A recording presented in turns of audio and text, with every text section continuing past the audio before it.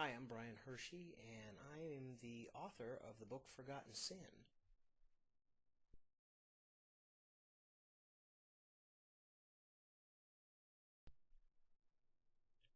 Forgotten Sin is a unique story.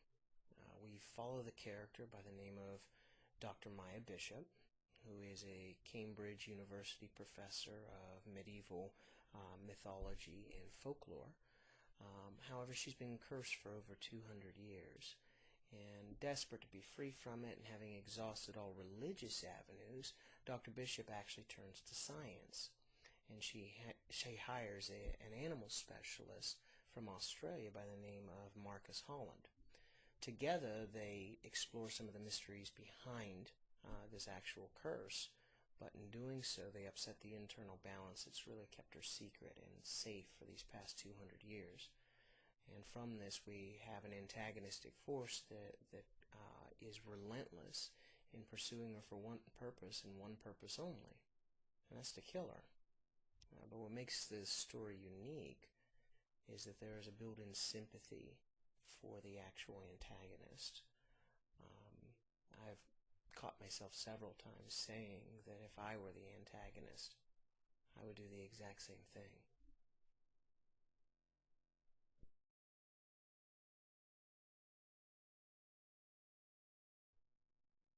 Well, I've always loved the werewolf.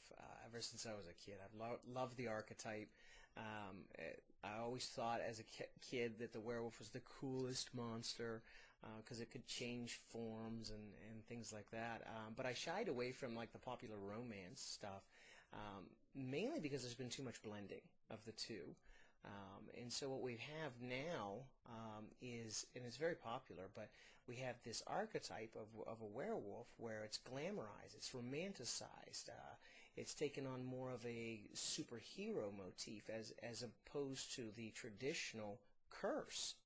A person who's a werewolf is a very tormented individual.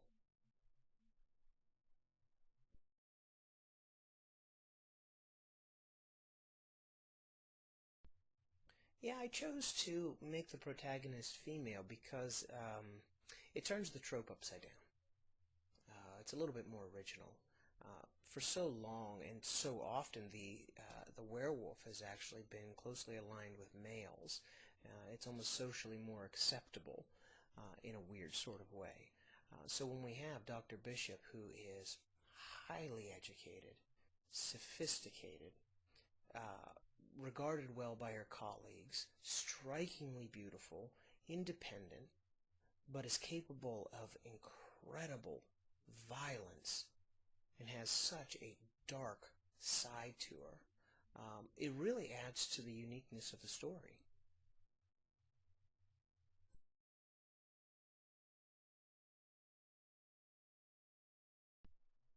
Well, I really feel it was imperative that I actually bring in some of the um, religious threads and have it kind of entangled throughout the novel. History and religion, they go hand in hand with each other. And since Forgotten Sin was born out of history, legends, mythology, for centuries, religion was the preferred means of actually approaching anything that was supernatural. It's only in recent years that we've actually started using science. And when I say recent years, I'm talking about last 50, 60, 70 years that we've really been using science as a means to offer up alternative explanations for supernatural things. Um, but that's also what makes the story fun in that, neither science nor religion can offer up a good explanation as to what's happening or what to do about it.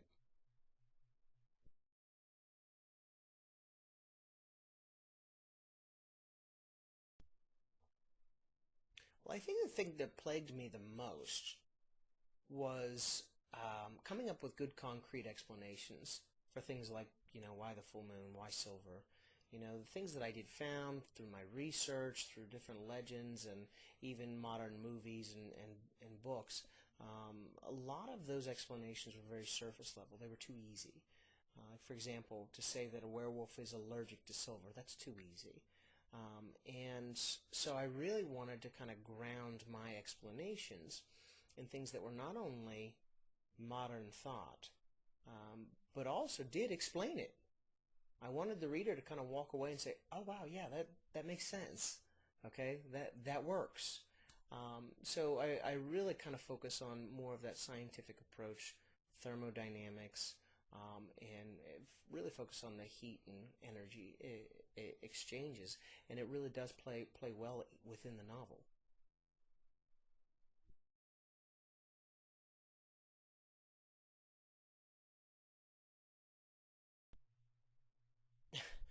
No, I don't really view myself as being weird or any more idiosyncratic than the average person. I think that stigma really just comes from just the whole art of writing. I mean, we spend a lot of time reading and writing and editing, and oftentimes that's done alone. So when somebody emerges with a story that has monsters in it, people go, "Oh, he's a weirdo." But it's not really the case. I mean, a good horror actually is a critique of society, and we use the monsters and the character types to really kind of emphasize some points, to shed some light on some things that maybe some people have turned a blind eye to. And I think that's what makes it scary, but that's also where that stigma comes from.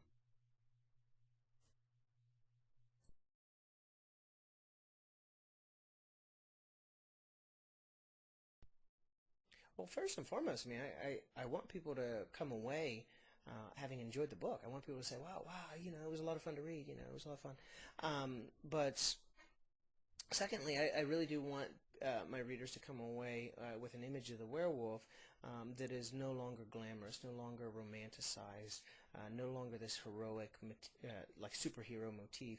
And I want the curse of the werewolf to be viewed as that, a curse, because what they can expect with book two is some of the deeper, darker elements of this curse, specific to this story. And so more of the mystery starts to unravel, but we do get deeper and we get darker. So I do want people to walk away with that image that this is not something that you really want to have in your life. You don't want to mess with a werewolf. You don't want to be bitten by a werewolf. You certainly don't want to become a werewolf. And that's kind of what I set out to do. And I really do hope that comes across to the readers.